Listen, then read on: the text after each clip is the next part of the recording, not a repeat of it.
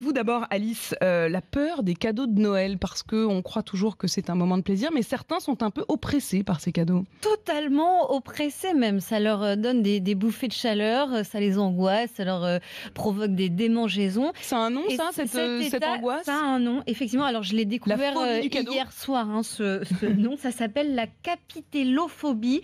C'est Ah une j'aime beaucoup, peur voilà, vous aurez appris la exagérée du cadeau. capitalophobie. Ouais, non mais c'est dingue et c'est très sérieux. Ça, ce mot a même fait son entrée dans le dictionnaire, j'ai vérifié.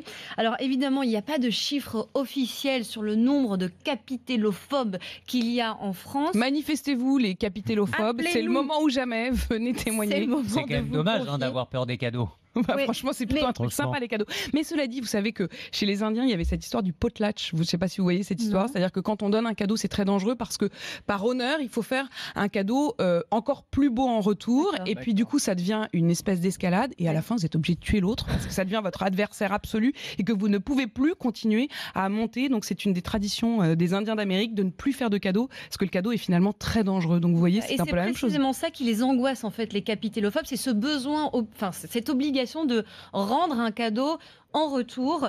Alors ça ne veut pas dire qu'ils n'aiment pas faire des cadeaux, au contraire, ils adorent, c'est juste le fait d'être au milieu, au centre de l'attention. Merci.